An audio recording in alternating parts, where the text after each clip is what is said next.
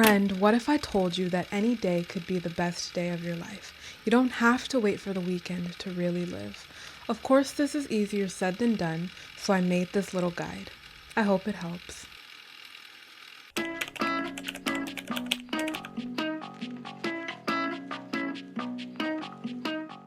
So the idea behind this one really is just let your friendships be simple. It doesn't need to be somebody's birthday. It doesn't need a special occasion for you and your friend to get together and have a good key. Me and my friend, we're going to the coffee shop today. She's gonna study a little bit and I'm actually working on a new knitting pattern. So I'm really excited about that. But I really do love days like this when I just get to see my friend and we don't have anything, you know, like extravagant planned. Two girls yapping, two girls chismosa. I saw this post where like a group of friends got together just to pay their bills, and that's what I mean. Like, even just doing really simple everyday things like studying or knitting or something that you can do by yourself. I think when you set out to do that with somebody else just because and not needing a really big reason on why you're getting together, that's a good way to live. And so you're not always looking forward to the weekend. It does not have to be Saturday and Sunday to see your friends. Wait, really quick, friend, I have to show you my whip. I don't know if I've mentioned it on here, but my stripe cardi, my loopy stripe cardi, I ended up frogging that one just because I was having so many issues with it and I was running out of those colors and I didn't want to buy more colors, so I frogged it. This is the yarn that I've frogged from there. Yes, it is starting to get warmer, but I'm making a beanie anyway. I found this free pattern and I actually thought it was really cute. I've been wanting to make a beanie that like decreases at the top for the longest time. I've made a beanie one other time, like when I first started knitting, and it was like, how do I describe it? It's the method where you take all the stitches off the needles and then you thread the needle through the stitches and you like tighten the top. That's the only that's the only type of beanie that I've made. I wanted to make one with like more official decrease stitches, if that makes sense. Also, I really liked this one because it's 2x2 rib. And I love 2x2 rib, especially like on a beanie. I think it's gonna look really cute and in this taupe color. So this is what I'm going to bring to the coffee shop. I think as you get older, it gets harder to make friends. It gets harder to maintain your friendships. And so oftentimes we forget that it does not need to be a special occasion to see your friend. It being Wednesday really is just enough.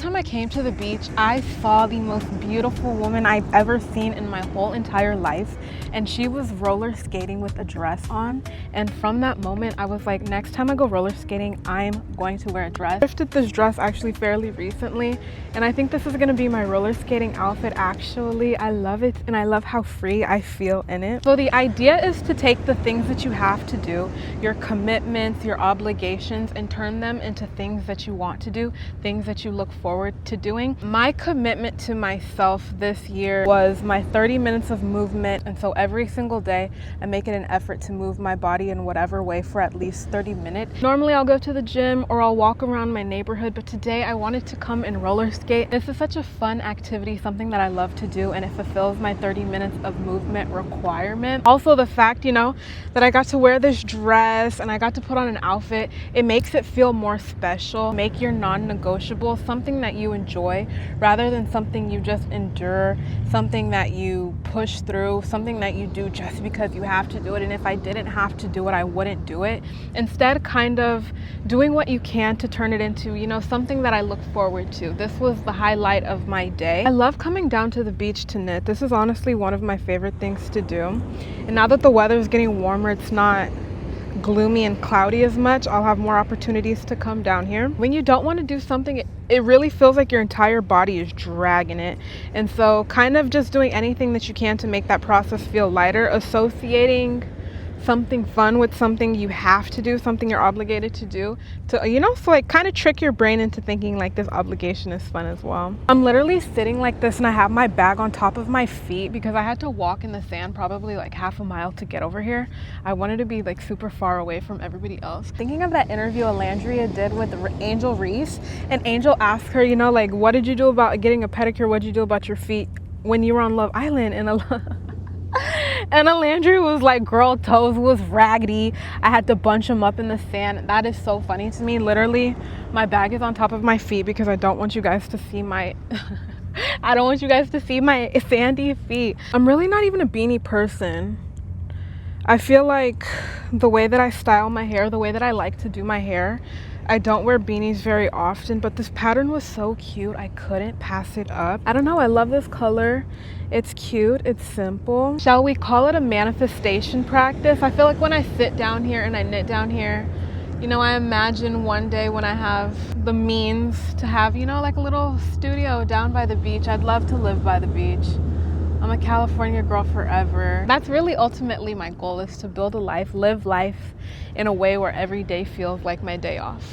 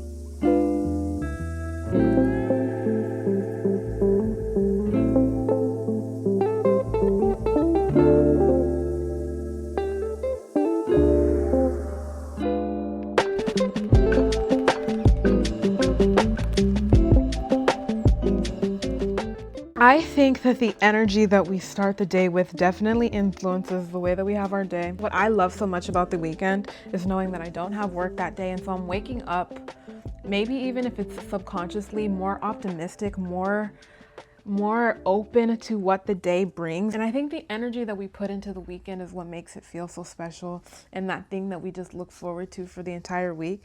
And so if there's any way that we can recreate those feelings, like my tea in my saucer, that's something that, you know, I look forward to in the morning. Or sometimes I'll wake up a little bit early and I like to knit before I go to work. Am I the only one who does that? Like, even if I wake up just 15 minutes early and I have like 10 or 15 minutes to knit, that puts me in such a good headspace.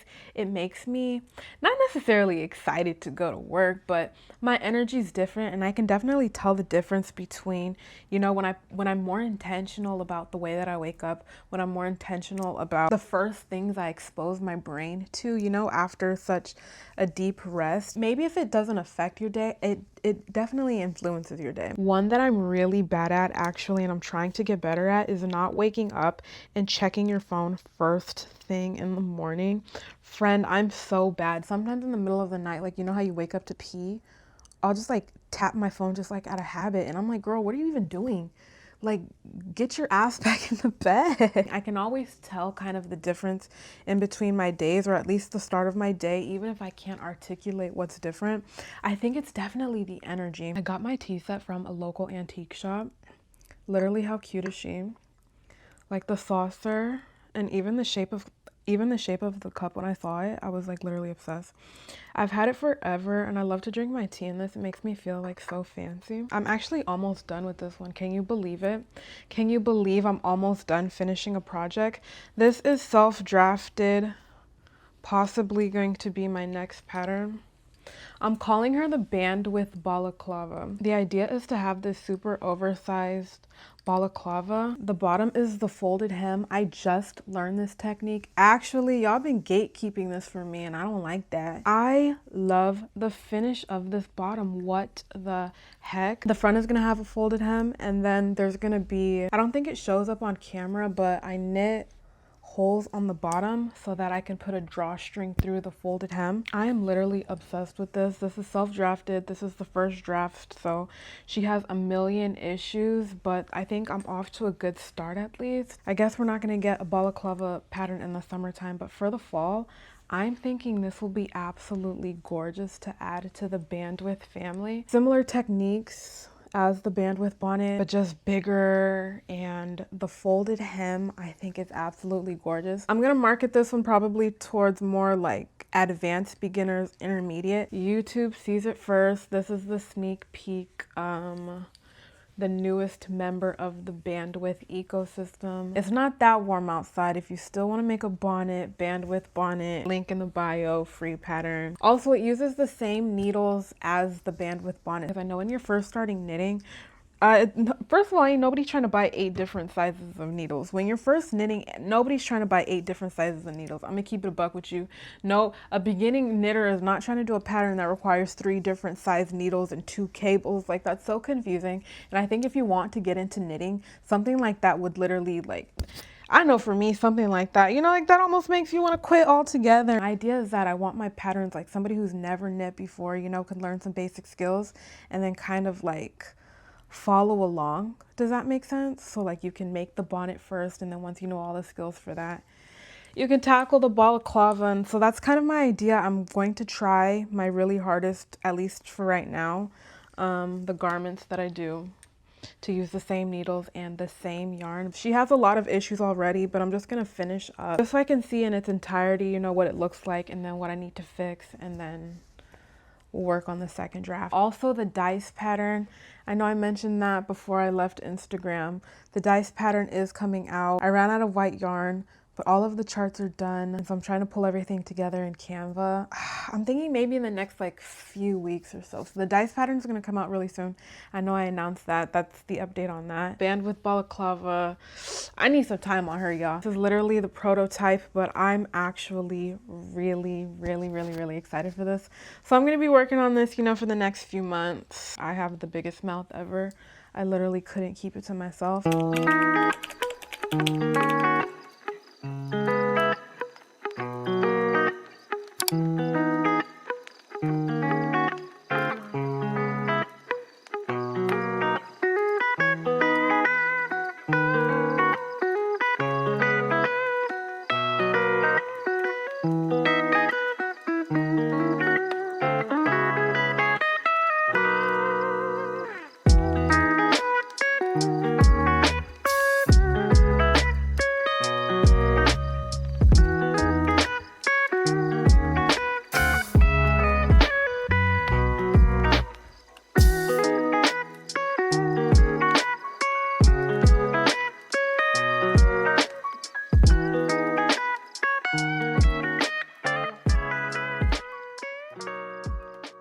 I think that the way we end our night is just as important as the way that we begin our night. There's a reason why there's such a huge emphasis on sleep and getting the proper amount of sleep. We're not even aware, I think, of how many things we encounter that could possibly affect our mood. And over like a long period of time, I think that can contribute to that feeling of, I just want to get this week over with and I want to get to the weekend. And so I think putting more intention into your nighttime routine, creating a ritual that makes you look forward to going to sleep, that makes rest feel peaceful and rejuvenating in the way that it is supposed to be, I think that's really special and important. So tonight we are going to journal a little bit. This is one of my favorite ways to wind down. I have such a difficult time like kind of winding down at night. My mind for some reason never wants to turn off. So something that I really try to incorporate into my nighttime routine is journaling. I feel like it's a way for me to kind of take all of the energy that's in my brain, all of the thoughts that are racing, and just put them, leave them somewhere, and so that I can fall asleep hopefully with a clear mind, and so that I can wake up and feel clarity, feel rejuvenated, not feel like I'm carrying the weight of yesterday. So today we're gonna journal a little bit. I do have my concept cards by Mary Evans. This is the box. How cute are these? They're the Iris concept cards by Mary Evans. I've like literally had these cards forever. So I like to use my concept cards as a way to guide my journaling. I feel like sometimes, not that I don't know what to journal, because as a professional yapper, I'll never run out of things to say or things to write about, but sometimes I want my journal entries to be just a little bit more reflective. But basically what I do is I'll pick a card. Every card's number, you pick a card and then you find the corresponding number in the booklet. And then usually what I do is I try to find a journal prompt that relates to the card that I picked, and that kind of just gets my creative juices flowing a little bit. Which one is speaking to me at the moment? We'll pick this one. So this is card number 20, the one who needs to control. Art on this card is actually really cute. I wonder what the book says. For number 20, the one who needs control. Whoa, where to begin? This way of being isn't helping anyone. Fear can cause us to try to control ourselves, others, our path. What this obsessive energy does is make us more stuck than we were before, and even more afraid. Take a deep breath. You're gonna be okay. I know it's hard. When we release our fist, when we give way to letting life wash over us, we can be free. The need to control is so closely followed by disappointment. When things don't go our way, what does that mean? What is your way? And how has it changed from 10 years ago? What were your goals and desires then? Things change so much, we can't predict what will make us truly happy until we try new things. And sometimes the best of those new experiences are happy accidents. Palms up, hands open, receive all the wonders waiting for you. I think that one was actually really beautiful. I actually found the most perfect prompt that goes with card number 20. What beliefs do I hold about unpredictability, vulnerability, and trust? So friend, get your journal. We're gonna write to this prompt and then we're gonna come back and share.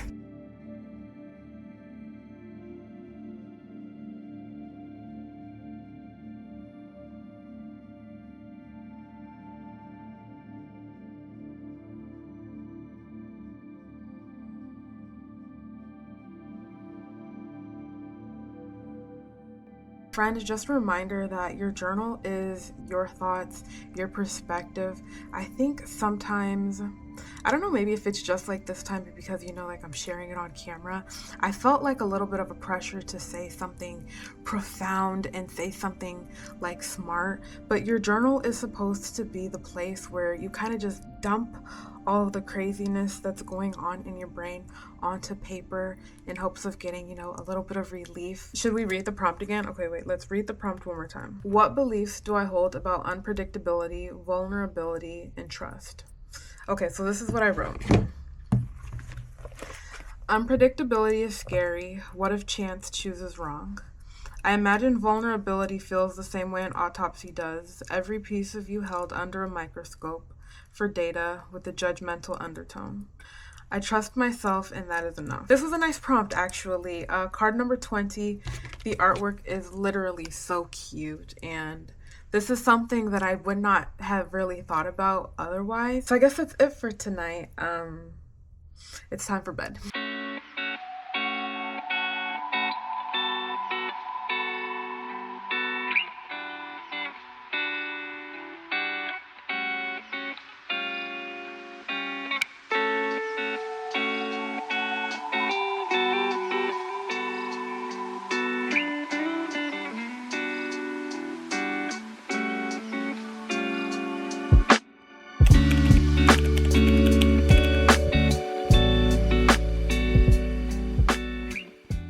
Friend, when was the last time you made something strictly just for fun, not for profit, not for the algorithm, not for somebody else, strictly just for you and just because? I feel like the word that keeps coming up is freedom. When I think of the weekend, I think of ultimate freedom. I think of not really having any sense of urgency, being able to do what I want to do on my own time. I think it's really important that we set time aside to create things just to create, not have any expectations, not have an end goal in mind, truly just for play. So I recently got this book actually from the library, Not Even to Get Sad Girl on You, What My Bones Know by Stephanie Fu. And I was reading a little bit this morning and I was like, okay, I don't have a bookmark. I have all my stuff laid out on the table. I thought, you know what, I'm gonna make a bookmark. I need one for my book, and I think that'd be something really fun to make just because. I think if you're a perfectionist like me, a practice like this is very necessary. Most of the time when I'm being creative or I'm making something, I have an entire checklist of everything that it needs to accomplish, everything that it needs to be. And that's okay for some aspects of your work, of course, but I think there should be a part of it that you put aside specifically that you do just to exercise the muscle of creativity. And so yeah, we're gonna make a bookmark.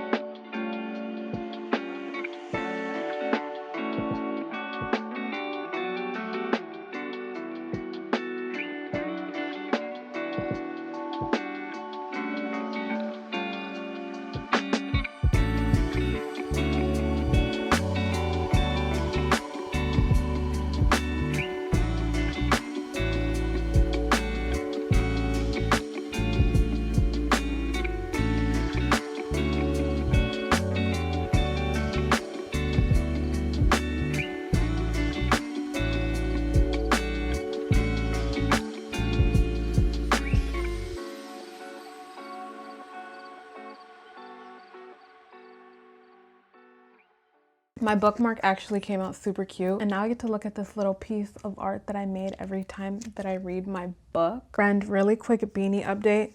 This is what I have so far. I low-key thought that this would knit up a little bit faster. I guess 2x2 rib takes longer than I thought. The beanie is gonna be like a folded brim, so I kind of have a lot left to do. I probably have literally just the length of the folded brim. This is how much yarn I have of this color. I think it'll be enough. I'm really hoping it'll be enough. Fingers crossed, because I don't want the beanie to be more than just one color. I love how little and small this project is. This is like my travel project right now. Friend, I hope you are feeling super inspired. I hope that you remember any day can be the best day of your life.